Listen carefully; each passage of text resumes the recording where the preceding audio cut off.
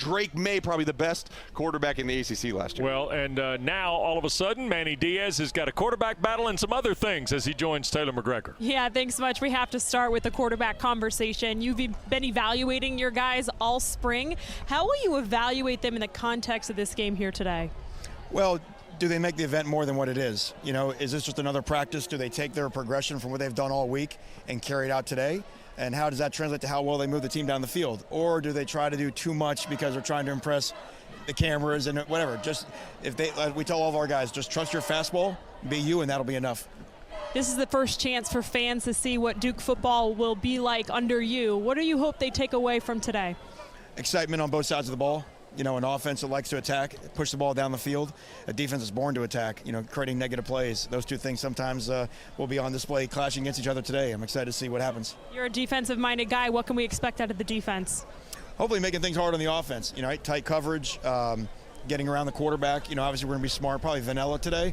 But even despite that, you know, see guys, can we cover, can we win one-on-one situations down the field? Looking forward to it. Thank you. Wes? All right, Taylor, thanks very much. I think a lot of us are interested to see Manny Diaz's return to the head coaching position, Mark, here at a program that, as we said, had 2 really successful years with Mike Elko. He did a nice job at Miami, went 16-9 against the conference in his 3 seasons there at Coral Gables. And we're going to see the Blue Devils in a scrimmage atmosphere coming up toward the bottom of the hour.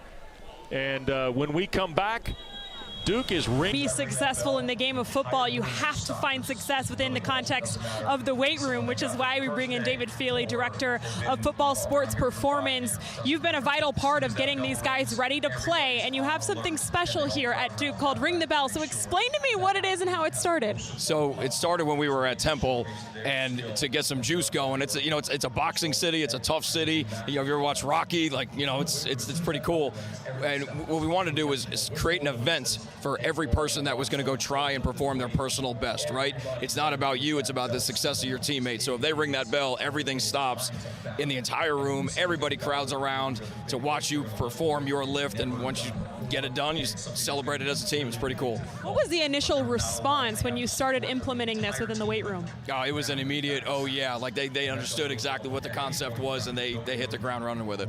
How important do you view what you do in relation to how successful this team can be on the field? You know, we're a direct line to the head football coach and his vision, so anytime Coach Diaz feels that something's important to developing the person or the physicality of the person, like we're an extension of him, and we get to carry that message out every day. All right, this might be something that I'm looking forward to the most, so are you ready to ring the bell? I think so. I think we're ready to ring the bell. Let's do it. All right, here we go. See, they all whip their heads around. They're starting to look at me like it's go time. I think it's go time, Wes.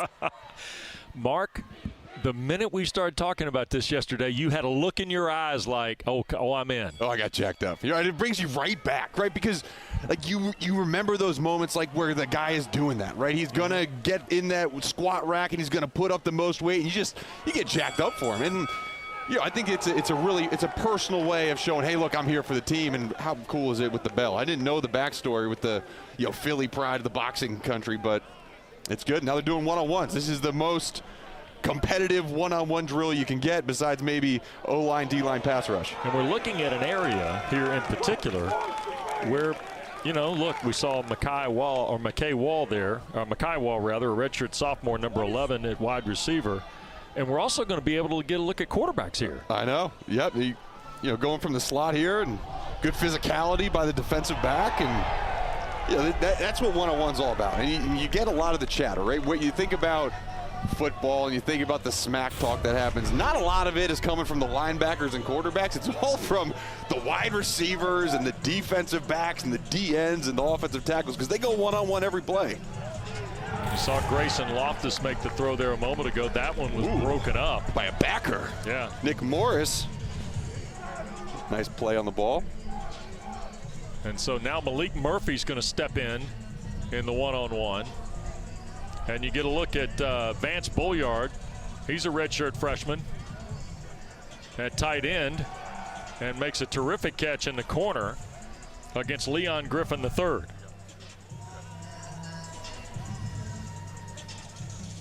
Pretty good throw by Murphy, by the way. Yeah, this one-on-one drill. It's a lot less about the quarterback throw and a lot more about getting separation from the defensive back if you're an offensive player, and then especially getting hands-on. And this is going to be a Duke defense that is going to be much more man-to-man. And right now it looks like, unfortunately, yeah, Jaden Moore just went down. That's not good. And so they're going to move the drill. And that is Jaden Moore, who is the younger brother of Jordan Moore, who many people remember was one of Duke's top receivers a year ago.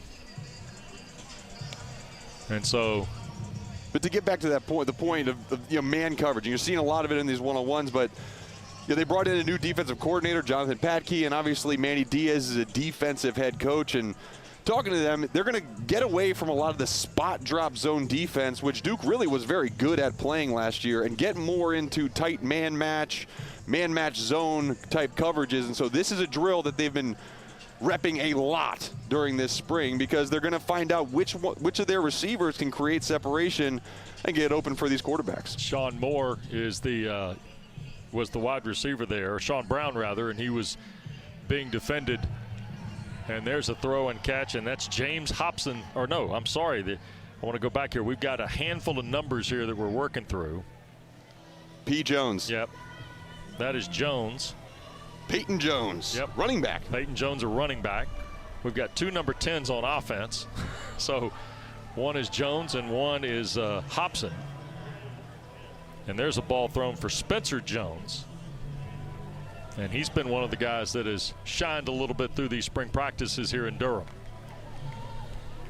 So you're seeing a lot of these inside fades. Right there, great throw by Grayson Loftus, just right over the top. Getting it to his wide receiver, Jontavius Robertson. And this is kind of, you look at red zone routes, and this inside fade route has been something that's become really popular over the last 5 years, because you can try to get a little bit of a mismatch with your slot quick wide receiver against a nickel back or a linebacker. Good throw by Loftus, getting it in there. And another completion for Loftus a moment ago, and now Malik Murphy will step back in. And you hear coaches talk about every throw being scored, right? Every throw being charted, every drill being charted. Certainly that's the case here.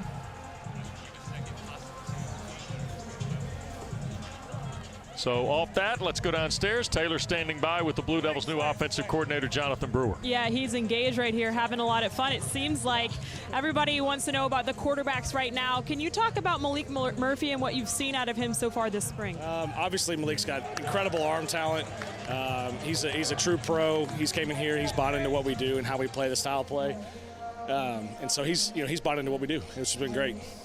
Grayson Loftus, I can tell he's incredibly vocal down here. How would you describe his impact on the team in his relatively young college football career? True leader. If you go to our winter workouts, he's the guy that's, no matter what's happened to his team, he's always lifting his guys up. You can tell the guys that have actually played in games.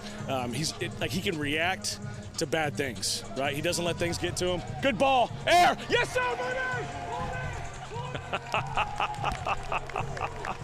baby! That's a heck of a catch by Higgins, by the way. Do you always have this much energy? Yeah, well, our guys have good success, right? So here we go. Let me finish it. Nice job, Taylor. Way to go. Way to keep him in there, huh? I know, clearly. Yeah. I wish I had this much energy. Well, this is Jordan Moore now against Chandler Rivers. Those are one-on-ones, legit one-on-ones, Mark. Yeah, that's good on good. It's your best receiver versus your best cover guy. And, there's some push-ups? Yeah, well, looks like the offense lost. There you go. There must have been some sort of competition. There's always competitions, right? And especially spring ball, we're going to get scoring. That's defense can score in this one. All right, Offense Taylor, can score. what's the story on the push-ups? Yeah, Coach, we need to know the story on the push-ups. The push-ups, I got to do punishment the same with the offense. When they lose, I lose. When they win, we win. So that's how it works. How important is situational type football to practice throughout spring ball? Oh, it's probably the most important, because you see the best come out of our guys. You can see them react to adversity, right? And when the pressure's on, what do they do? When the bell rings, here's your moment in front of the whole team, and what do you actually do? As far as the receiving core, what excites you about this group collectively going into next year? Oh, experience. A lot of experience. A lot of guys can take the top off the ball. We have some guys that can run across the middle, catch the ball great. But the experience part, the guys that are mature, we're about to come at us right here. This is an exercise. I love it. Oh, you're great. Coach, anybody who knows anything about your offense, you guys like to go really, really fast, score a lot of points. That's what we saw you do at SMU. How has it been installing that type of offense as far as guys just knowing what's happening on the field?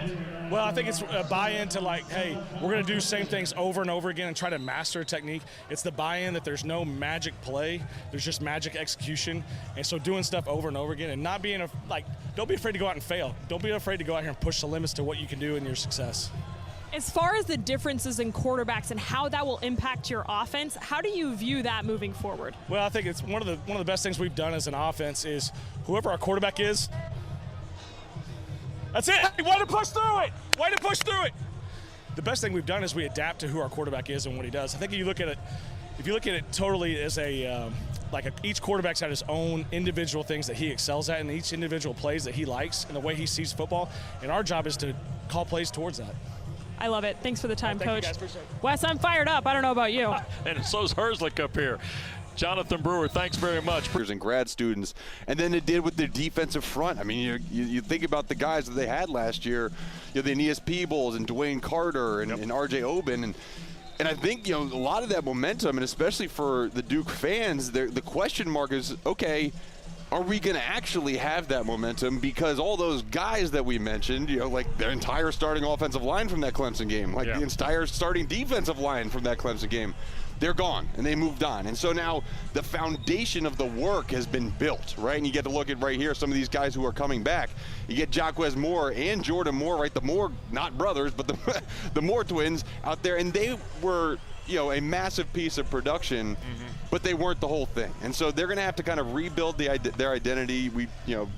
Ashley already talked about Jonathan Brewer's type of offense is going to be much more fast-paced than Duke's was last year. So a lot more air raid type offense. Well, and Taylor, you're standing with one guy who I think personifies just the work mentality that Duke has. He was a great football player and needed a way to get on the field, and Jordan Moore found it at wide receiver last year. Yeah, and he's adjusting now to this new type of offense. What have your impressions been so far of what Coach Brewer's installing? Yeah, our offense is really fun. A lot of vertical routes. It's really a change of pace. We're throwing the ball a lot more. That's all a receiver can ask for. A lot of people talk about your transition from the quarterback position and how that could help you, especially with this fast-paced style of offense. How much do you lean on your past experience? I mean, I lean a lot on it because, at quarterback, you got to know all the coverages, everything, the ins and outs of the defense. So I use that to kind of help myself with the receiver position to know how to get open, when to get open, and kind of get the timing with our quarterbacks. What has stood out to you about the different quarterbacks competing for the job this year? I mean, they're all great quarterbacks. They all practice and study like it's a game. Every practice is a game, and they're all taking that next step, and they're developing, and it's good to see. It's a good problem to have, depth at the quarterback position. Thanks for the time, Wes. All right, Taylor, thanks. Going to have a splattering of quarterbacks to get him the ball. Well, when we come back, we're going to look at a side of the ball that is going to be interesting. Offensive line and defensive line next.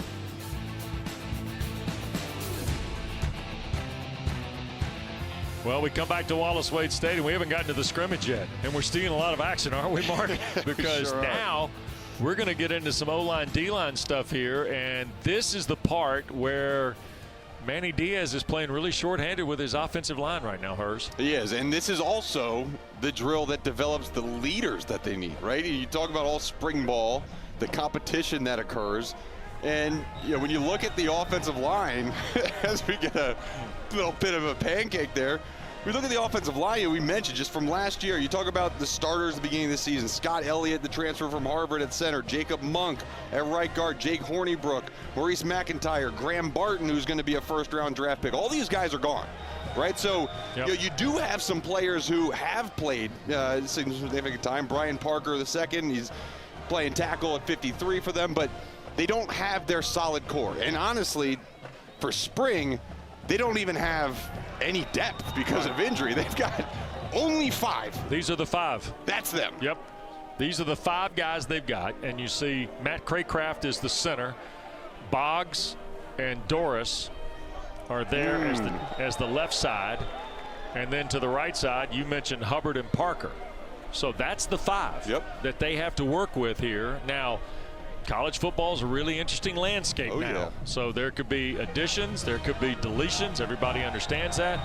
You've got some early enrollees here. You got guys that are coming in this summer. So it's not like they have a guy who is like, okay, I've been here and I'm the anchor.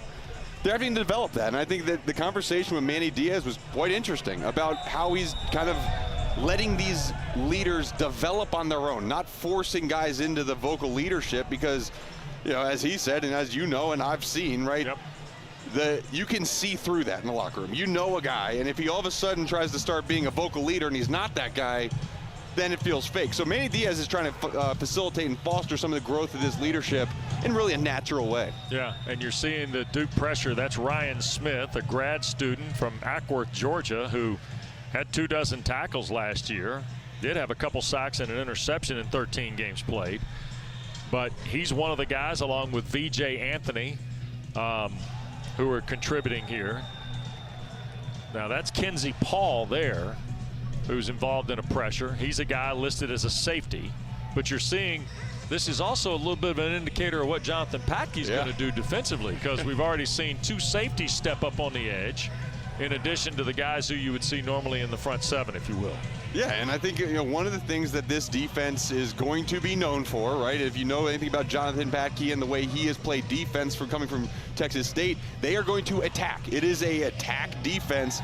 And Manny Diaz, even in the open, right, when Taylor was interviewing him, he said, what is our defense going to be? Our defense is born to attack. Yeah. If that's not descriptive enough for you, I don't know what is. Yeah, it's going to be really interesting to watch, because the offense and the defense are both being geared in some of the similar platforms that Manny Diaz ran when he was the head coach at Miami. But there is some marginal differences here, particularly as it relates to personnel. Pretty good pressure there. And that was Samaj Turner, a redshirt freshman from Reagan High School in Winston-Salem. This is David Anderson. He's a redshirt freshman from Hampton, Virginia. And that's the other thing we're seeing here. Last year with Mike Elko and his defensive administration, Mark, they got right to that 4 game, and guys got shut down. It was you saw 4 games, and that was it. Yep. And what was last year's roster? Old. It was an old roster. You know, Dwayne Carter feel like he was here for 1,000 years. The whole O-line were grad students. Now this is a young team, right? And I think that Manny Diaz is a great coach to come into a young team. He's got that fire about him, and I think he's connecting really well with these players. Well, let's check with Taylor on Jonathan Patke's temperature right now. Yeah, let's check in with Coach right now. We know you want to be aggressive defensively. How much does a drill like this excite you? Oh, it's awesome to see. What we're saying here is play on edges, right? We got to play on edges of O-linemen. We got to have great pass rushers. This is the secret sauce of our defense right here. And how much does what you guys do on the defensive line impact to what you want to do behind them? A lot of man-to-man coverage I know we can expect from you guys. Yeah, it goes hand in hand. If you're going to play tight coverage, to give our guys up front an opportunity to get to the quarterback. When you guys took over this program, you lose a lot of vocal leaders, a lot of guys who had a lot of snaps a year ago defensively. How do you organically try to fill those roles? Yeah, I think we're looking for our leadership. So we're looking for guys to step up in those roles, and it's a constant evaluation, including today. Get a guy in the stadium and see if he can be a leader. What do you look for specifically in a game like this? If they can execute at a high level and consistently. I just told the D tackles, what they asked me, what can I put on tape? And I said, have a great, consistent day. Show every snap how much you learn in 15 practices. Appreciate it, Coach. Wes, it's what we try to do as broadcasters too, right? Just find that consistency. Yeah. Meanwhile, I'm up here having to keep 94 locked in. I know. I mean, you just dialed into these one-on-ones. You having flashbacks? Yeah, huh? You know, I think it's fun too, because I think that you naturally look at these one-on-one drills and you think, okay, well, let's look at depth, but none of that matters, right? It's all about one-on-one, right? It doesn't matter what year you are, right? Doesn't matter what, if you're first string, second string, like it's an opportunity to make your name known to the coaches. And anytime you get the bell ringing in one-on-ones, I'm all in. Okay, you mentioned the guys who aren't here, and we're going to talk a little bit about this because rarely is it as pronounced on a specific team where you see it on one line and then like offensive and defensive line. Aeneas Peoples is at Virginia Tech. Dwayne Carter's draft eligible. Javion Franklin is draft eligible. R.J. Oben went to Notre Dame in the portal. Yep. But Wes Williams is a guy. Yeah. Aaron Hall's a guy. V.J. Anthony we just saw. Yeah. Ryan Smith we talked about. Trey Freeman had over 100 tackles, and he's a guy that I think you can look to, but he's a different kind of leader. Yeah, and he's a different leader, and he's not as vocal, but he's productive. And then Kennedy Charles is another guy to watch out for. Transferring from Liberty. They went out and got him because they love the way that same style of defense at Liberty plays vertical at the defensive line. So while they did lose a lot of guys, they have a lot of young potential coming up. And where they've got big-time leadership is in the secondary. Rivers, Stinson, Moore, Pickett. And we talked with the coaches, and Jonathan Brewer is not intending to make a decision after this game by any means. He said this quarterback competition really can go all the way until the first couple games of next season in the fall. And what he said, he goes, look, right now, right, and Henry Beelan being injured, we have 2 quarterbacks that can get ACC wins, right? And I think that is a confidence level of the offensive coordinator in his guys he has. All right, my favorite part of spring, Herzlich, the rules. Because every school's got a different scoring system. Blue will be the offense, white will be the defense. Halves are 15 minutes. The defense has to have an ability to post scoring here. 6 for the turnover, 3 points for a 4th down stop. A 3 and out is 2 points. A sack is 1 point. And there will be no skill return here. This is just kicking. And you see Terry Moore, and he'll field the kick. And Duke has a fairly reliable field goal kicker in Todd Polino. This is Ryan Degansky, a sophomore from Sewanee, Georgia, who's a walk-on who just handled the kickoff. And here comes the offense. And it will be Grayson Loftus with the team here first. Oh, that's Malik Murphy. Oh, it is Malik Murphy. Yep, sure enough. So Malik Murphy, and he'll have Jaquez Moore, the running back, with him. Hazley is the tight end. And we're looking at 3 receivers. So 11 personnel, kind of the staple of what Jonathan Brewer's offense is expected to be here. Look how wide these receivers are out. Outside the numbers, a lot of vertical passing routes. And Chandler Rivers defended that play on a ball intended down the near sideline for Jontavis Robinson.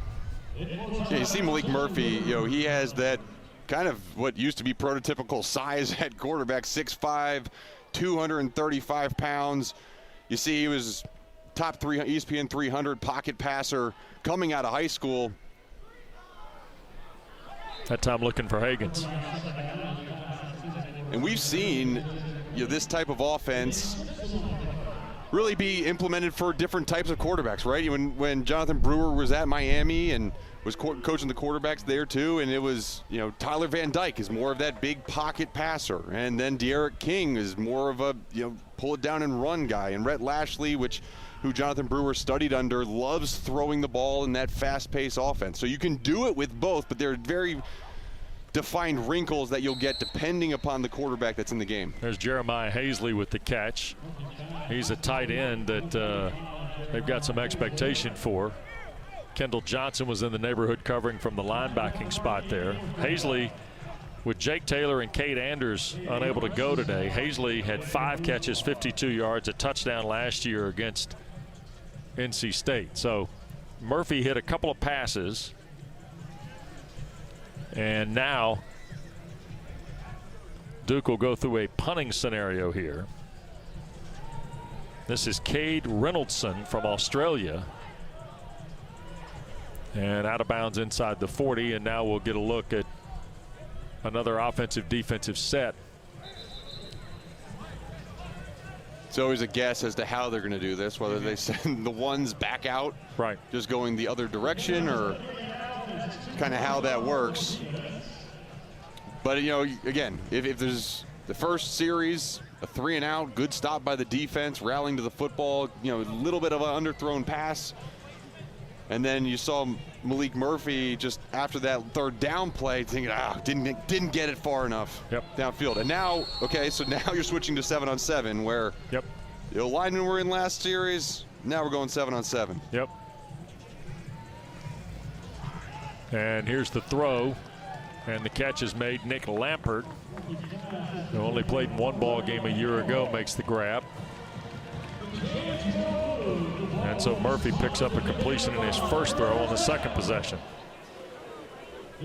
This kind of switching between offensive linemen on the field and 7-on-7 has been something that they've just had to been doing throughout this spring because of their limited numbers. And we talked to Jonathan Brewer about it. He said, look, this is just not going to be a physical spring camp. We just can't have it be that. So if we can't be physical, let's hone in on the thing that we're going to do a lot anyways, right? If we're going to throw the ball a lot, let's get the timing right with the wide receivers. Let's get the drops right with the quarterbacks and have the ball delivered on time. And they've been repping this a ton this spring. So this is good first glimpse of that we get of how this timing has been working out. Here's a 3rd down and 4 scenario. Murphy going to take a deep shot, and he's looking for Brown, who makes a catch. Did he keep his feet in bounds?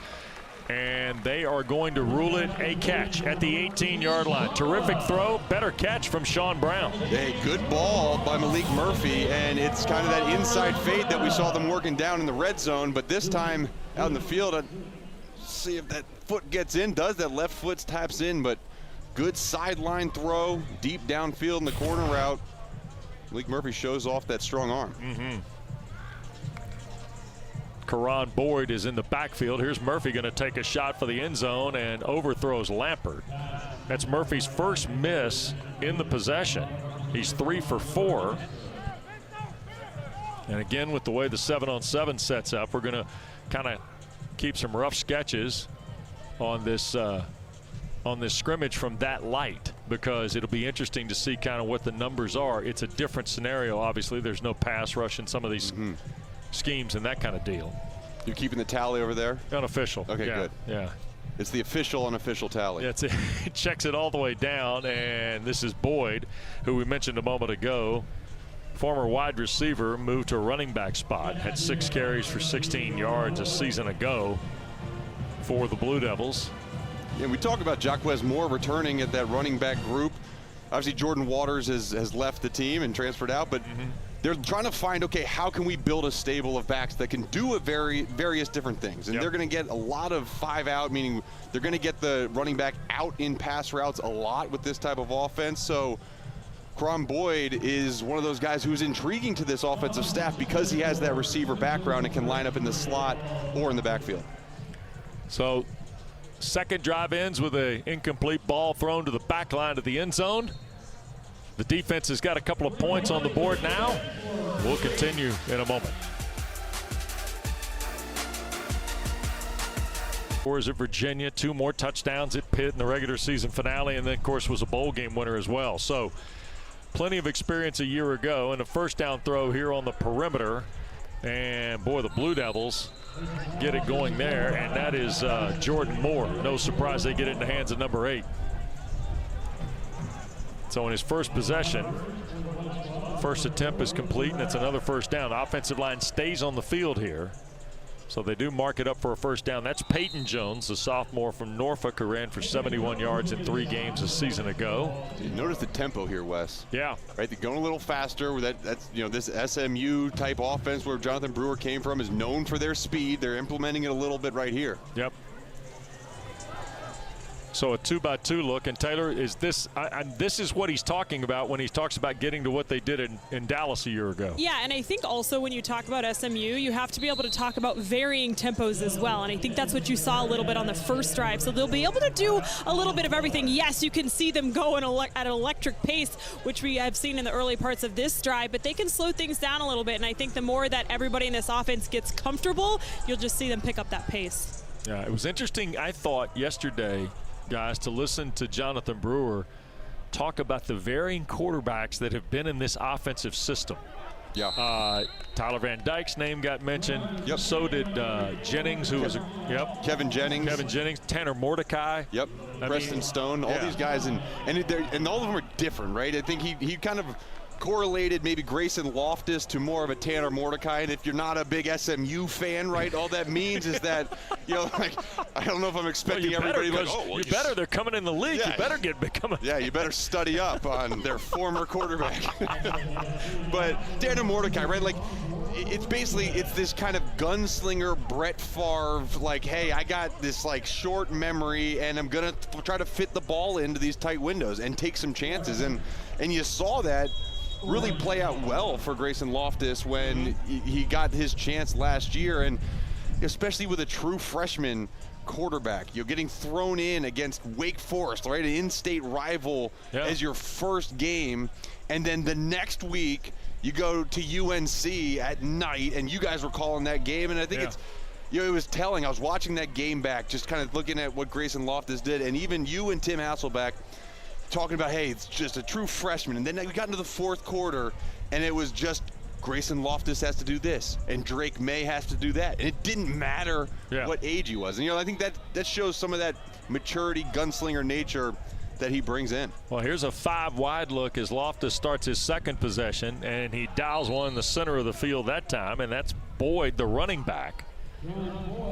And Grayson Loftus, this is a competition, Taylor. That's the thing. I think a lot of people just assume Murphy would take this, and that's not the case at all. He's certainly made it hard on them, and one of the things that I've seen down here on the sideline is that vocal leadership that you heard coaches talk about at the beginning of the broadcast. They talked to us a ton about it yesterday, even down here in a spring game. I mean, he's talking to his guys, telling them what's next. You just saw him in a little bit of a huddle prior to this drive, and so I think that's an aspect that they have to consider when they talk about this battle.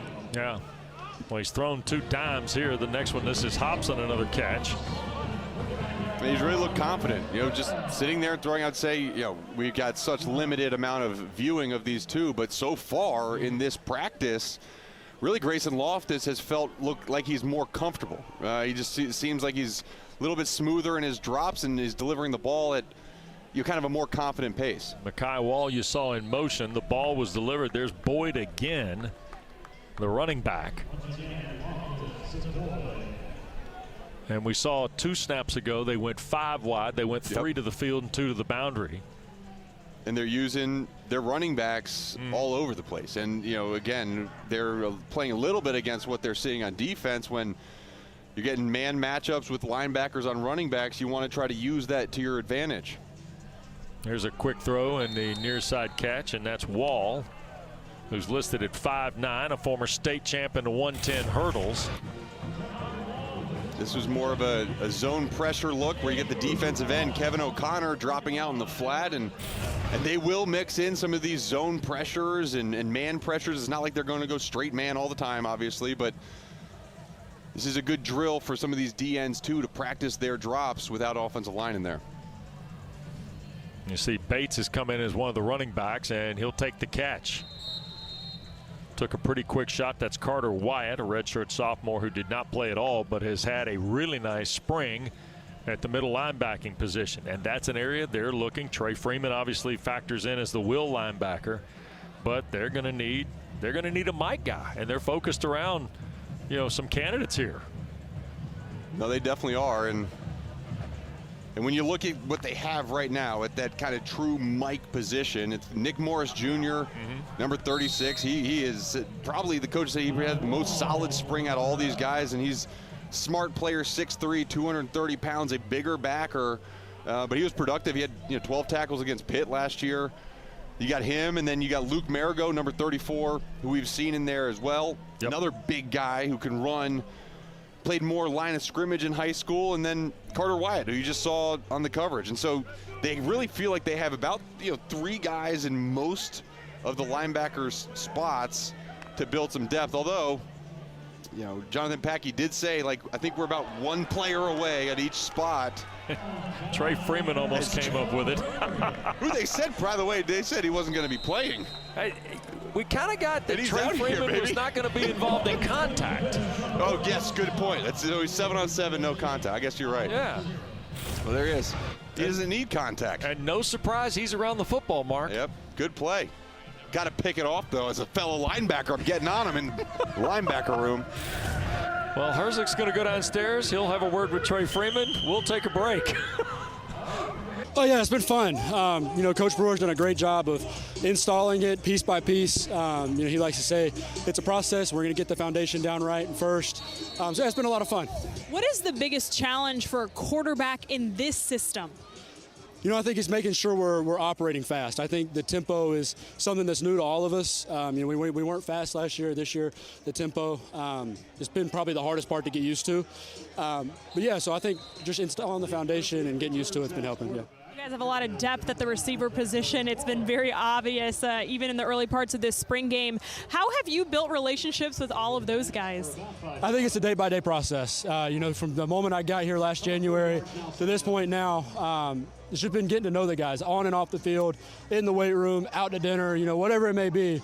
I think it's just a day-by-day learning the little things about guys. Coach has complimented your confidence and your leadership abilities. Where do those two qualities come from? Probably my parents. I grew up with my mom's a rock star. She's a teacher. So I've been in her classrooms, watched her command classrooms, and then my dad with the confidence. He always instilled the confidence in me that I can go out and I can compete with anybody and be on the field with anybody. What were your first impressions of Manny Diaz when he took over this program? Very intentional. I think the first thing he said was about being on time and how he was going to respect our time as long as we respected his. And so I think the biggest thing is intentionality, and then he's just genuine. Anything he says he's going to get done, it gets done, and if he can't get it done, he gives an honest answer. And for you personally, to go through a quarterback battle, what is that like? Oh, I think it's just a lot of fun. I think Malik coming in, Malik's been a great guy. We've actually become really good friends. So I think it's just a lot of fun. I think we're both getting better and making it tough on the coaches. What is the biggest takeaway for you from a season ago, getting reps as the QB1? I think it's just to get more comfortable. I think it was 5 games last year. So I think my biggest lesson learned was just to take it game by game and rep by rep and week by week and continue to learn the ins and outs of being the guy and trying to learn how to prepare the best way. Thanks, Grayson. Wes? All right. Terrific visit, huh, Mark? Oh, my gosh. He's so well-spoken. You forget the guy he's a true sophomore. He's probably, 19, 20 years old, maybe? I mean, it just hit me. He said, I came here last January. Yeah. So he's been here about, 16 months, 15 months. He's already won road games in the ACC.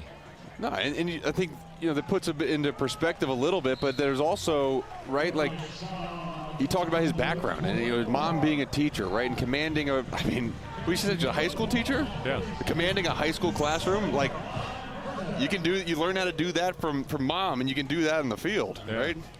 Peyton Jones, the ball carrier. I want to go back to this last throw by Malik Murphy here, because we see all the toolbox right here.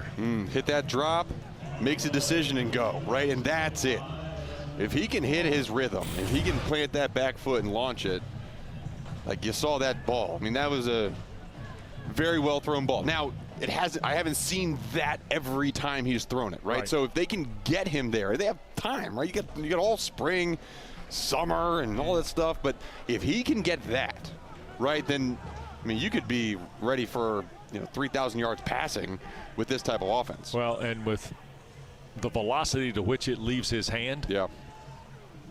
Here's Murphy in that time. Now, that might be a pressure. The linebacker up here wants that to be a Derek Brown Jr. sack for the freshman from Waxhaw, North Carolina. Chandler Rivers was in coverage. But we saw big 44 peel in here right from the middle. Yeah, and you didn't get much. Yeah. Wasn't much in his way on that blitz, but good timing. And Derek Brown Jr., he's kind of that number 2 will position behind Trey Friedman, and being a true freshman, as you mentioned, coming here in January, he's a guy that's turned a lot of heads so far in workouts and then this spring ball. There's Murphy throwing again. That is picked. He was looking for Jordan Moore, and they could throw a flag at the 26, so we'll see here. That may have been a throw on the house. Yep, I think it was a free play. And we have our first penalty of the blue and white scrimmage. Offside. Ooh, they will announce Defense, number 93. Penalties decline. Result of the play is a first down. Will Seiler from Lovett in Atlanta, transferred in from Penn. Go figure how any of that made sense. The penalty was declined and it first down. But We are now at 3rd down. So the joys of spring ball. The rules are there are no rules. And so what do we got here? The result of the play was an interception. The offside will be enforced 5 yards from the previous spot. Remains 3rd down. Hey, you know what? Spring ball for the crew, too. Hey, you know what? Just needed a little extra second to get it right. That's all. Oh, man. That guy's not amused. No. So when you look at Murphy here, the other thing to remember is he had 33 drives a year ago in Austin for Steve Sarkisian, of which there were 12 scores in those drives. 8 touchdowns, 4 field goals. But here's the other note. Not one turnover. And that's a big note, right? I mean, you get about 33% rate on scoring, which is great, right? You think about possessions. You'd love to score that many possessions, but when you're not turning the ball over, that's also allowing your defense to do its job, right? And you're able to play field position games. I think that's one of the reasons why Grayson Loftus had success last year too, is he didn't turn the ball over very much either. Only 4 interceptions in those 5 games he played. And he was a guy that they were not scared to throw the ball in gotta-have-it situations, right? And anytime you have a new quarterback, whether it's Malik Murphy transferring in or Grayson Loftus filling in for Riley Leonard, to have the confidence to be able to throw it when you need to, that's huge for a play caller. Yeah. Ball, by the way, incomplete. Terry Moore might have held onto the jersey, but that went by the boards. Here's a little tunnel screen, and that's Jordan Moore on a 2nd down play. Offense still trying to get on the board here late in this first half, if you will. We're going to have a 2-minute warning, by the way, since they ratified it yesterday. Hey. We're just going to start playing by the new rule. So we will have a 2-minute warning coming up here at the end of this first half of the spring game. Yep, and if the new head coaching job in college football wasn't difficult enough, let's bring in a 2-minute warning to just throw off all the plans. But they ratified the 2-minute warning yesterday, Mark, and they also ratified player-to-coach communication. Yeah, and I think that's one of the things I feel like is needed, right? The technology's there, and all it does is, I think it's going to create less paranoid coaches, right? I mean, college football coaches, that's a paranoid bunch. And if they think people are stealing their the in-helmet communication, eerily similar to the NFL, coach to quarterback, coach to a designate on the defensive side, and then tablets on sidelines and at halftime.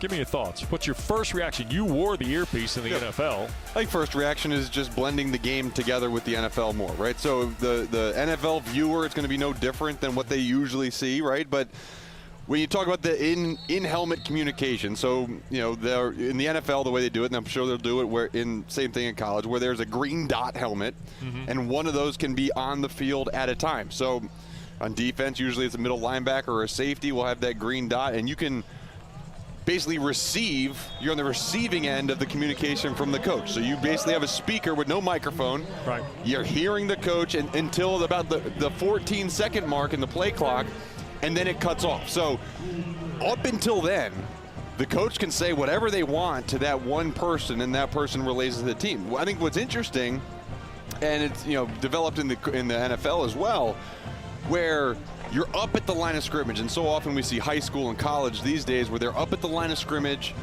right away. They clap, see the defense, and then they turn over to the sideline to see what the coach is going to signal in as the play adjustment. Well, now that can be done through the headset up until that 14-second mark. So you could get teams going no huddle, and Duke will be one of those teams that goes no huddle. They'll be at the line of scrimmage, and you can have Jonathan Brewer in the helmet of the quarterback saying, hey, that nickelback's coming off the edge. Look for this check. So I think it'll be interesting. I think it'll help speed up the game. As I said, coaches won't be as paranoid as maybe they were in the past. I think the tablets are cool too, right? The operation without tablets, when I first came into the NFL, they would print out 3 snapshots.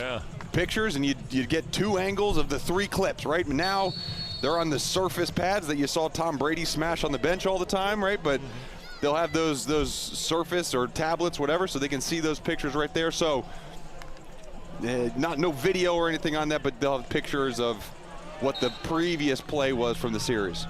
Apollos Cook, by the way, was the intended receiver for Malik Murphy. Todd Polino kicked the field goal, so the offense is on the board. Polino, by the way, won the field goal kicking job. He and Charlie Ham were coming out. They started last year in a pretty stiff competition. Polino took control of it. He made 13 of his last 14, including 6 straight to close the campaign a year ago. So pretty reliable spot there for Manny Diaz in his first year here at Duke. And you see the throw back in the center of the field from Murphy, and that's Cook again on the catch. And let's go downstairs, Taylor, with more as we watch Malik Murphy take the offense here in the final 100 seconds. Yeah, Coach Brewer has been asked a lot about this communication device and still saying they have to be able to do both things, because if it's under 15 seconds, they still need to be able to communicate differently. But I'm curious, Mark, from your perspective, with a fast tempo offense, how different is maybe the communication versus a team that might not go with the same pace? You still think you'll see sideline signals to help with the receivers since only one guy gets the communication device? Yeah, so a lot of times when you do that hurry up, right, you'll get the initial play call will be signaled to the wide receivers, or even told verbally to a wide receiver if they're close to that sideline.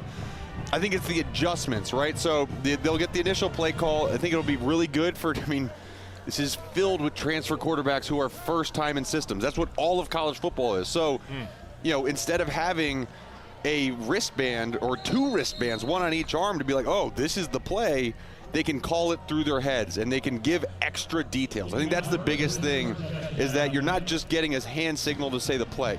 You're getting to the quarterback and say, hey, we're going to run this play, right? But make sure you remind the backside tackle to cut off the D end, right? Like that can be expressed to these quarterbacks. And I think that's kind of the extra coaching points you can have on the field. Taylor, to add to this, I am fascinated to see how it will affect game management too.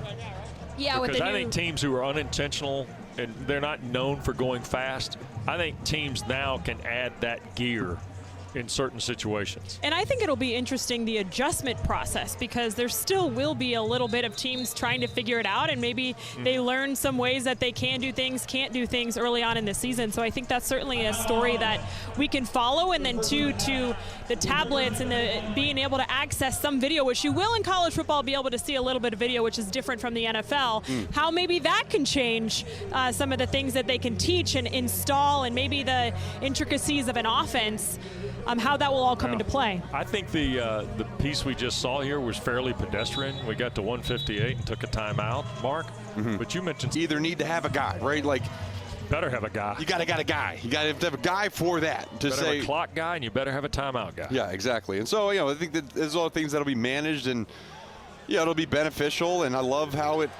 I love the 2-minute warning in the NFL, because it just sets you up. It says, okay, we're in crunch time, right? We need it now. Let me tell you this. Lampert does not hold on to this at the back end. This is a terrific throw, Mark. Great throw. Oh, it's Eli Panko wearing number 4. I beg your pardon. We had him listed as 6. Thank you. It's nice they got the names there to help us out. But no, you're right. Really good throw. Back to the end. And like those throws are what he's really, really good at. And we saw the underneath dig route earlier where he planted that foot and drove through the throw. And here is Polino, by the way, from 53. Aiden Burr of Georgia Tech kicked an uncontested 62-yarder last week in Atlanta. And this is Polino from 53, and that is easily through. He kicked a 52-yarder against NC State last year. So really not that big a stretch for Todd Polino when you think about it in that light, but nonetheless, it adds 3 more to the offense. And I think he kicked like a 48-yarder in overtime against UNC, right? Yep. Massive pressure. Yep. So we get to the end of this first half. Todd Polino has kicked a couple field goals for the offense. Jonathan Packey's defense has put 11 points on the board in their scoring system. And we'll go the second half on ACC Network next. And Loftus will start the second half. And we showed you his numbers through a couple of drives and mentioned that Murphy had 4 drives, so Loftus will have the 3rd possession of his night here. You see he's got Jaquez Moore in the backfield with him, and this is a first down play with the offensive line intact and a tight end. And this is a quick throw to Jordan Moore on the perimeter. And you mentioned kind of what we're seeing at wide receiver. Eli Pancol is back. Remember, he got hurt in the preseason a year ago, missed all of last year. So you've got Samir Hagans, who had 30 catches a season ago. Eli Pancol, who's back in the fold after the injury. Jordan Moore caught 62 balls. A guy who we've not talked about here tonight, but is a speed guy, is Javon Harvey, who transferred here from Old Dominion. Yeah, and I think that what they love about him is that speed showing up. Right, he has track speed, but it shows up on the field as well. And what ODU did with him and part of their offense, I mean, they are, you talk about vertical stretching, I mean, they are going to run off corners, and they're going to take shots, and similar to what they want to do here at Duke. So, again, you've seen on both on offense and defensive side as Grayson Loftus makes a great throw to Jeremiah Hasley, their tight end. They want to bring in guys that have been in similar type systems before, and to kind of give a leadership with just at least how to run the offense and defense. A little tempo here employed by the offense. I'll hand it to Jaquez Moore, and that'll get a yard or two. Well, when you talk about what Jonathan Brewer did at SMU a year ago and what Ricky Ronnie's team at Old Dominion does, Mark, you're talking about two of the fastest teams in the country last year in terms of tempo. That ball is offline, so it'll be third down here in this possession for Loftus. And the reason that those teams can go fast, right, there's the possibility of them slowing down, but they don't slow down when they are clicking, right? So when they're completing passes, they run up to the line of scrimmage in a deep ball, and they're going to run a running play, right? That's just the way that those offenses go. Now, if they're throwing incomplete passes, or they're getting stopped for losses, or they got penalties, then that just naturally slows them down. So being very clean operationally is going to be paramount for this team this season if they do want to implement that fast pace. Here's the third and long play, and back underneath, that's Boyard, the tight end. By the way, Harvey was glad to see Taylor McGregor tonight here at Wallace Wade Stadium because he had a 3-catch, 166-yard game the last time he saw T-Mac on a sideline.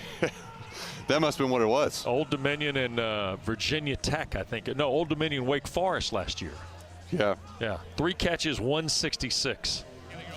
Taylor? And talk about an up-tempo offense. Yeah. They as well ran a lot of plays and were very, very fast. Yep. Crazy ball game that was in Norfolk. That's off the fingertips of Harvey, I believe. And incomplete. Yeah, it's amazing some of these programs we're seeing now, Mark, and the ability to go as fast. And Duke apparently wants to be, obviously with Jonathan Brewer coming here, near the top of that list too. Yeah, and I think my feelings don't matter on it, but it does get gimmicky at times, right? If you don't do it well and you don't mix up the tempo, as Taylor was talking about, it can feel gimmicky, and then when it doesn't work, you're kind of SOL, right? But like when you are getting the tempo in and then you are pulling back and huddling every now and then, it can really throw off a defense and make them, make the mismatches come because the defensive personnel haven't adjusted correctly to the offensive personnel.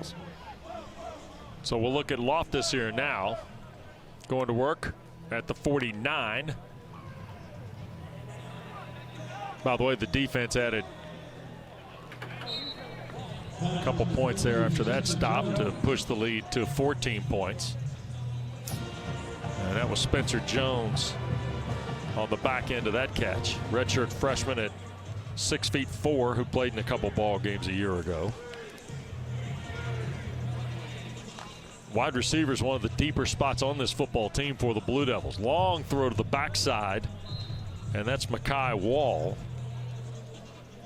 who carried the ball 6 times last year, but now as a wide receiver, seems to be one of those guys that could burn you from the slot if you're not careful. And he actually, Makai Wall, really his coming out party was the Wake Forest game, which was Grayson Loftus' first game starting, right? And he had Wall had no catches coming into that game, and he left at about 3 in the fourth quarter. And he's a guy too that they say, hey, look, this guy can be a slot guy. He was a 100-meter hurdles guy in high school and state champ in that area. So he's got that athleticism and that speed to be a threat.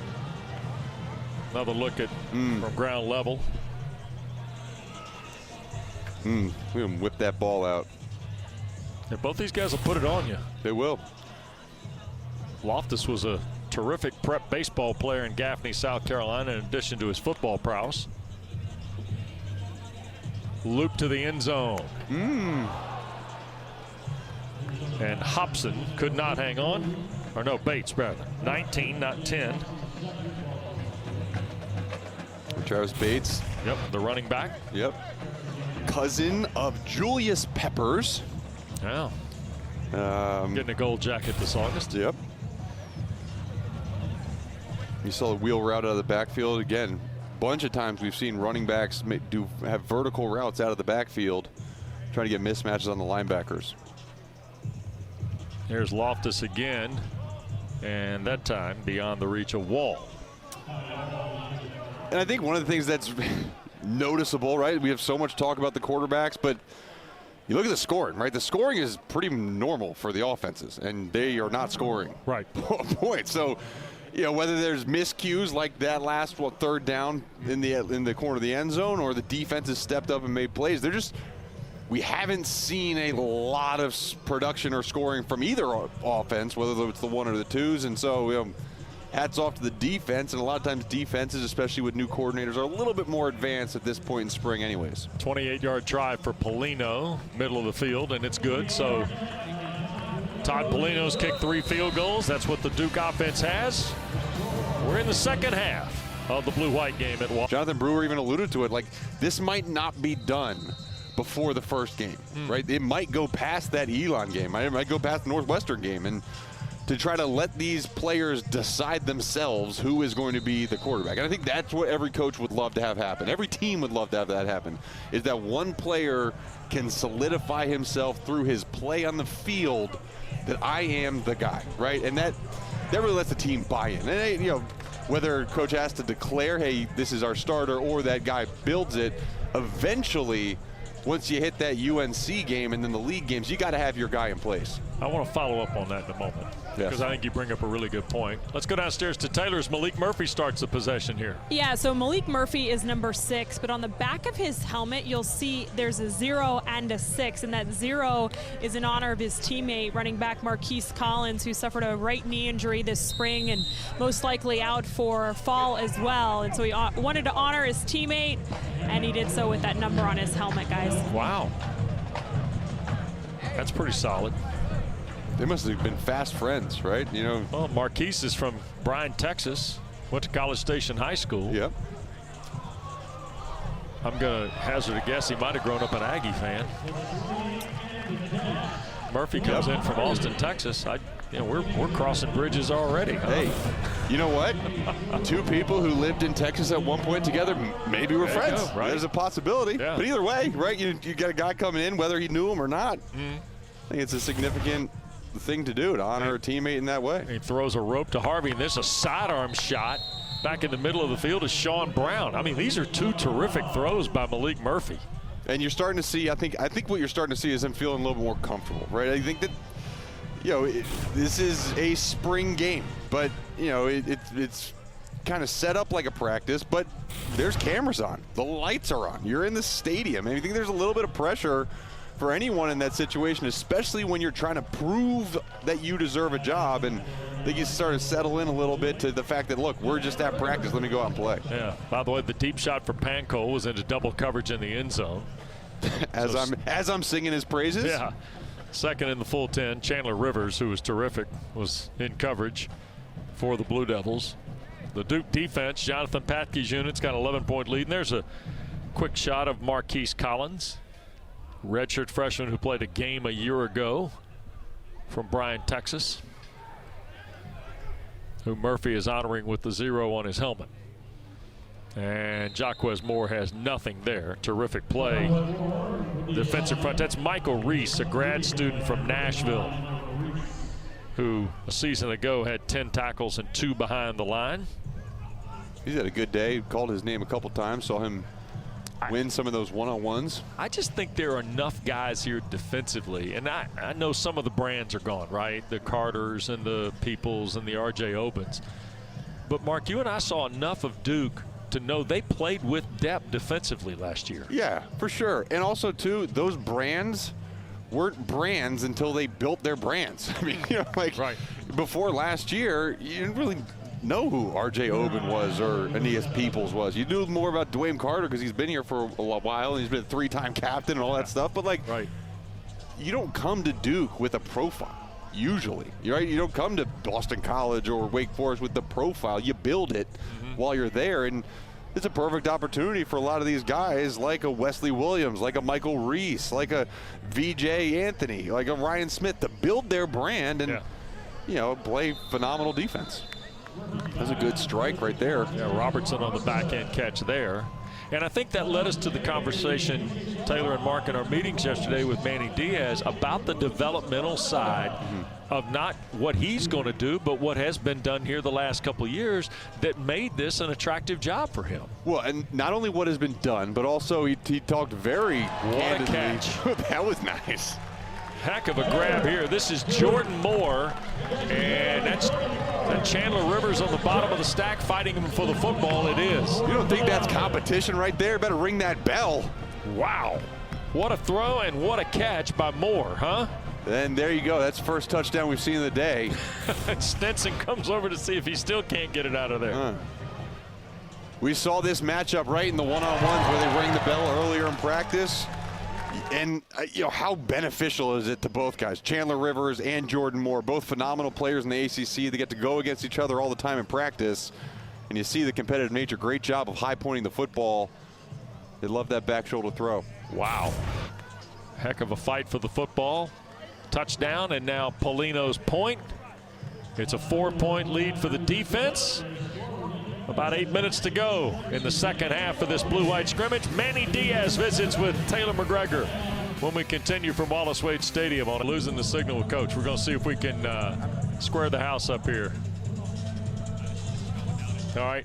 We'll get this. I would guess to say that's probably the first time. That might be the first time. I'm going to say first time. Yeah, I think that was a fake baby, too. I'm pretty sure it was a baby doll. Yes, yeah, that's exactly right. Which is good, because if that was that would have been a problem. Yeah. So, yeah. But anyways. 4-point game after the touchdown pass. By the way, Murphy to Jordan Moore. And don't discount how good Chandler Rivers was, by the way, in coverage there. Terrific throw and catch on the Duke offensive side. And now we're going to get our first look. This is the third of the 4 quarterbacks. This is Donald Tomlin, who's going to take snaps here. He's from Ridgeview High School, sophomore from Columbia, South Carolina. And, boy, he was rifling one, and almost going the other way was Kenzie Paul with it. There's Tomlin. You get a look at the walk-on, who, by the way, was 8-1 as a senior. He is a former state champion in the long jump and the 400 meters. So you're talking about a fairly handy athlete here in the QB depth. And Tomlin with time. That's Bolyard, I believe, the tight end. Vance Bolyard makes the grab. Good looking prospect at 6'5" and almost 240 from Greensboro, North Carolina. And they're going to have to figure out depth at that tight end position, really, because behind Jeremiah Hasley, they don't have a lot of guys who have really proven much at the college ranks. And, Jake Taylor played a little bit last year in 6 games, only 1 reception. He's not going today, but I think they're going to have to have someone either step up or join the team. Now, it's not going to be a heavy 12 personnel double tight end type team. Sure. What Coach Brewer said to you, he said if we're going a lot of 12, 13 personnel, you got to check my pulse. Yeah, something's going on. But 11 and 10 is the world they live in. Exactly. But when Duke's teams have been good, whether it's Dalmolin or Noah Gray before that, like they have leaned on their tight ends in that as a receiving threat offensively. Well, I think the other part about this is that position has been good for Duke for a while, regardless of administrations. Yes. Noah Gray's with Kansas City in the NFL. Nicky Dalmolin played a long time here. 100 years ago, they had Ben Watson here for a couple of years before he transferred to Georgia. So at the end of the day, just get in line here because it's going to be a productive point of the offense, regardless of what the platforms are, right? And think about a tight end, right? If you are a receiving tight end, and you want to go into an offense that throws the ball a lot, check out Duke. Yeah, because right. they're going to be throwing the ball 50 times a game with this offense. And, you know, if you can block well enough and you can get out and make some separation on plays, you got a spot. So we get our first look. Cade Reynolson is going to punt here again. Young man from Australia who transfers to the program. Last stop was Somerset Community College in Kentucky. I'm fascinated by the guys from Australia who come to punt in the United States out of the Pro Kick program. And Reynolson is another one whose dad was an Aussie Rules football player. And he was a national pole vault champion, was Cade Reynolson. How about that? Yeah. At one point last year, 2 years ago in the ACC, there were 5 Aussies who punted the ball in the ACC. Yeah. Yep. And they're all over the NFL. Oh, yeah. Yeah, no question. Played with punter Brad Wing with the Giants for a while out of LSU. And yep. So Grayson Loftus coming back out now to take a possession here for the Blue Devil offense. They always have a nice little swag to them. You know, all the Aussie punters. Pretty confident? Yeah, they kind of walk like Conor McGregor and just, oh, sorry. Manny, you got us? You guys got me? Yes, sir, we do. We ran the video of you jumping into the Cameron Crazies the day after you got the job here. Herzlich was pretty confident that endeared you to the public. You hit the free throw, which was maybe the most critical piece, right? Absolutely the most critical piece. How many practice shots did you do before that day? I mean, are you a regular basketball player, or was that like? Normally, yes, but that was kind of not a thing at Penn State. So I probably shot a ball one time in the calendar year 2023. So I had to get a few off. Yeah.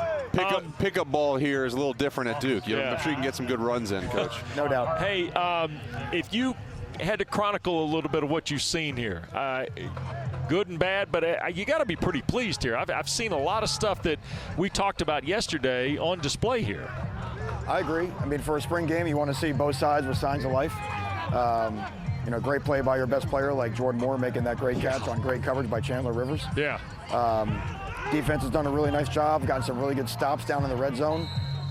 Make a 53-yard field goal, even though it was after fourth down. I just want to see if he can make it.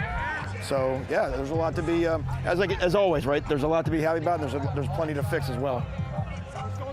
Yeah, Coach, and when you're looking at kind of the way that Grayson Loftus and Malik Murphy have just conducted their groups, right? Whether it's been 7-on-7 or with the full team scrimmage, how do you feel like the operation has been today? Because I know that probably is a little bit more important than the actual execution is always important, but then scoring points, right? How's the operation been? They've known where to go with the ball. We've just missed a guy Grayson just missed a guy on the wheel, get a shot. We just missed a guy on the seam right before halftime. I think they're both in command. I think they both know what they're doing out on the field.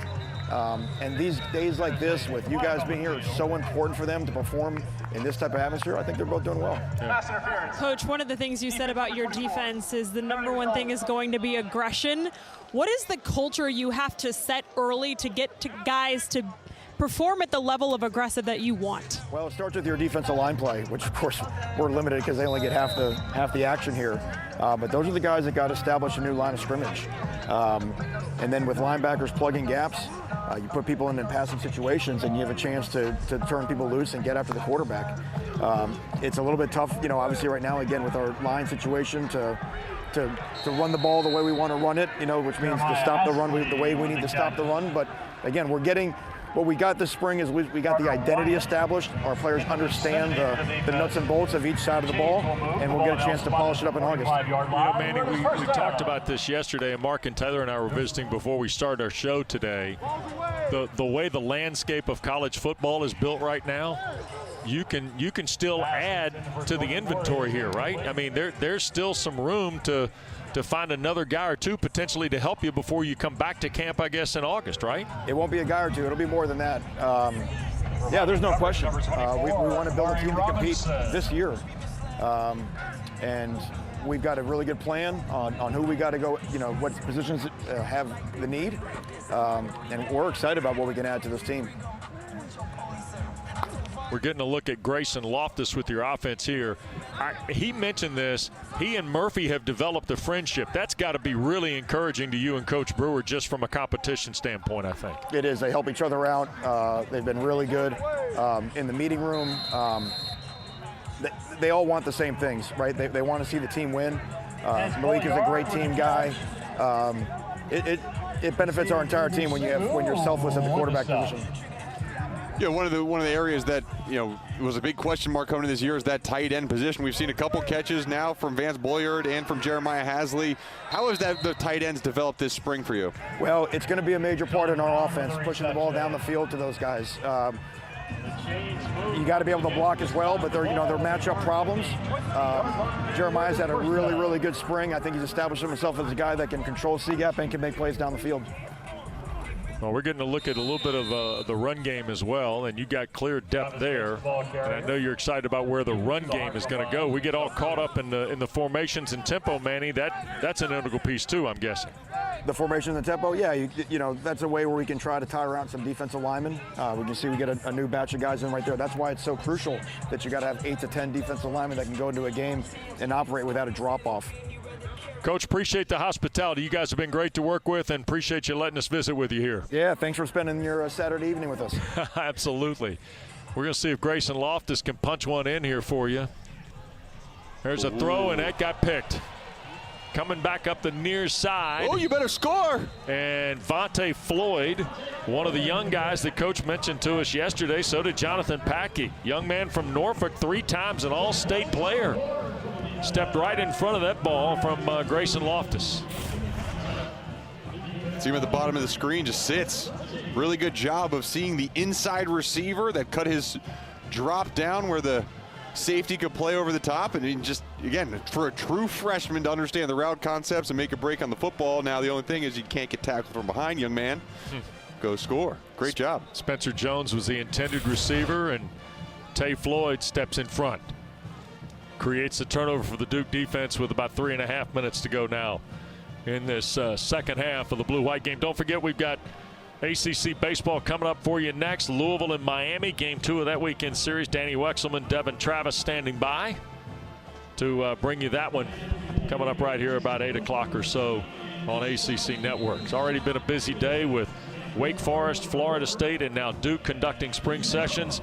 Those of you with access to ACC NX or the ESPN app, Fran, Brown, and Syracuse are underway at the JMA Wireless Dome tonight. Talk about a group that has built some momentum just with a coaching change, Mark.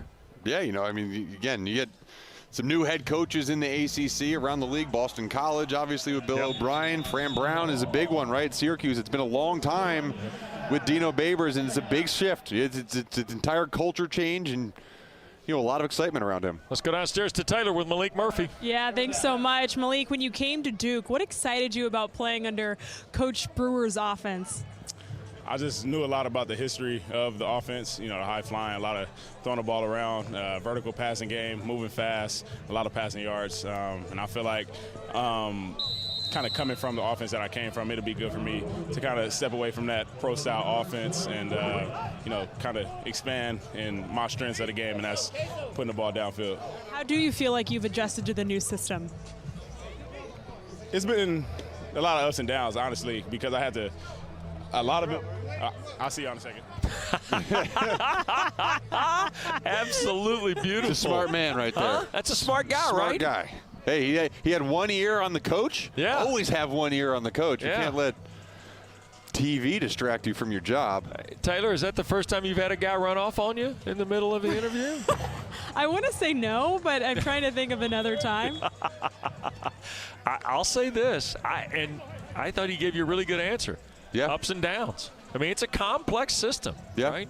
And it's entirely different from what he ran in Austin. Yeah, it's completely different offense. He mentioned, the pro-style offense that he was at, at Texas, just a lot more play action, a lot of handoff fakes, and this is, I think more of he mentioned downfield passing. And I think that a very interesting point talking to Jonathan Brewer the other day was once they started implementing the RPO system, Malik Murphy felt more at home. And I think he was used to some of that RPO play action stuff when he was at Texas.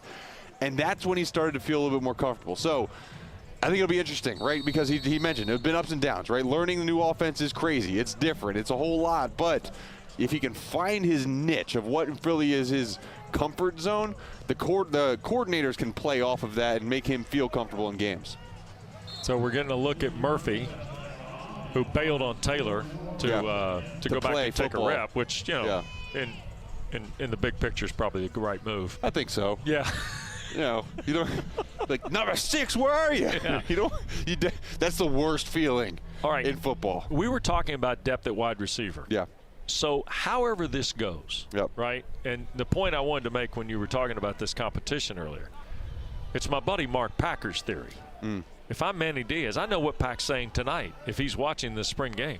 If I'm Manny Diaz, I'm not telling anybody anything. And I may start one guy the first game and another guy I may go the Jim Harbaugh route from a couple of years ago. Yeah.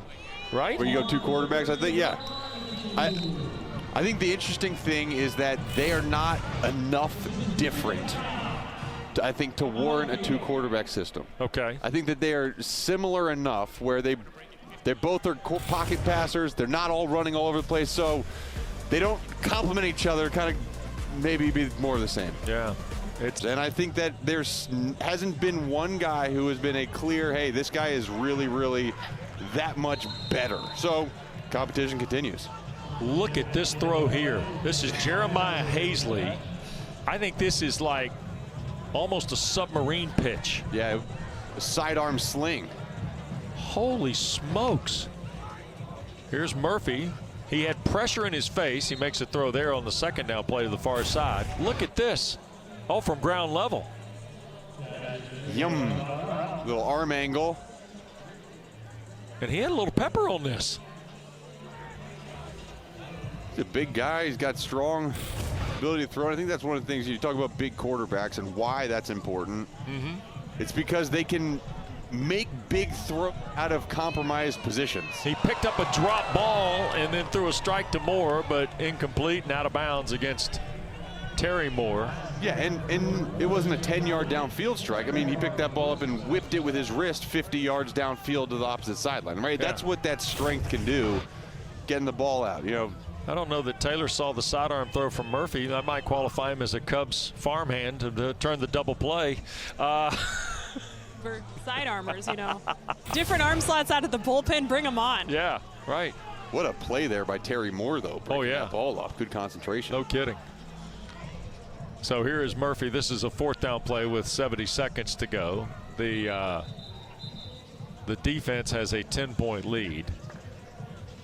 You know, back in the day, I don't know if you're familiar with this, used to be in the 70s and 80s, some schools, the winners would get steak, the losers would get beans and franks. Do you think I'm familiar with anything from the 70s? No, I know you're not. No. I just said that. I don't know if at BC back in your day, if the winners got steak and the losers got, you know, beans and franks. Yeah, I mean, I think what would be comparable, right? You get a nice time going out to the party because you're a winning team, or you go out to the party after the spring game as the loser. Have to pay. You know, so a lot less of frank and beans. And in today's world, I'm not sure how I would qualify the spring game winning and losing, right? Hey, I don't know. All I know is that the biggest party of the year was always after the spring game. Yeah, so you finished up practice. Yep. And you go out and you celebrate with your teammates. But I think they did away with a lot of the, like, hey, if the Saints, right? They're giving people treats for taking players out. Yeah, back in the day, yeah. We used to get honey baked hams. How about this? A little sidearm action there. We used to get honey baked hams for going ham on defense. How about that? Hard as a, you know. Yeah, I got you. Yep. So we got honey baked hams, but then they stopped doing that because, you know. I understand. Murphy with a shot to Harvey there into plus territory in the final minute. And with the offensive line in there, that's V.J. Anthony. Ooh. And I think Anthony pulled his helmet off. I think he got a slap around the head and a timeout taken by the offense with 48 seconds left. Another look here, Mark. Just big with speed and a dip. Looks like it poked in the eye, possibly. Yep. V.J. Anthony's a young guy who now finds his way to his junior campaign here in Durham. He had 2 sacks, 17 tackles a year ago. And he was one of the, he was a guy who started as a true freshman here too, right? And not a lot of guys in that Elko defense were starting as true freshmen. Well, it's interesting you bring that up because you got Terry Moore from Little Washington, Chandler Rivers, and VJ Anthony are all true juniors. Yes. Wesley Williams is in that class. He was a freshman that year, but he redshirted. Yeah. So the recruiting of the Mike Elko administration on defense, there's still some clear guys in that element. I also think so too that we're talked about depth here. We mentioned Jaquez Moore at running back.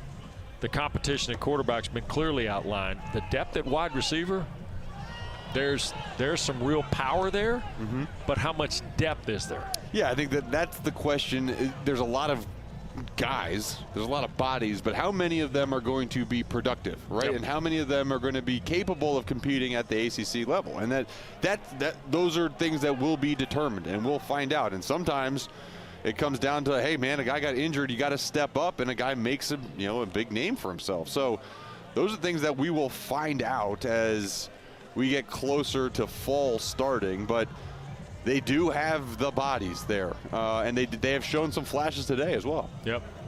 Third down play underneath the stick, and the catch is made. That's Shamir Hagans, the junior from Philadelphia. And Duke's going to hustle up to the line here on a 4th down play.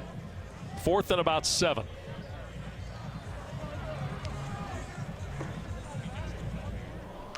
And here's the snap to Murphy.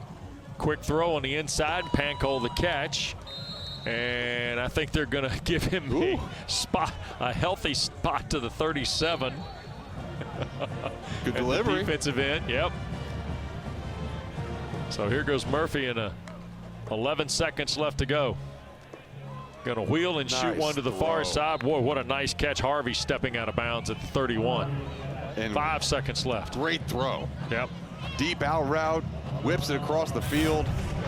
That's not a throw that is easy for a quarterback to make from the opposite hash. Great ball. Hazley comes out. Bolyard came in.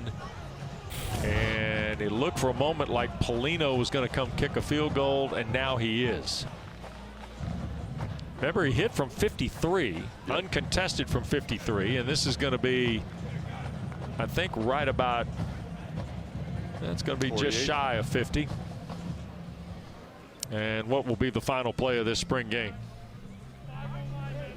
So Todd Polino, who's hit already 3 field goals in this game. And right at 49 yards to. And there's the kick. And Polino will drive that through. And is that the final play? I think it is. Yep. So Manny Diaz gets a full look here. Defense wins.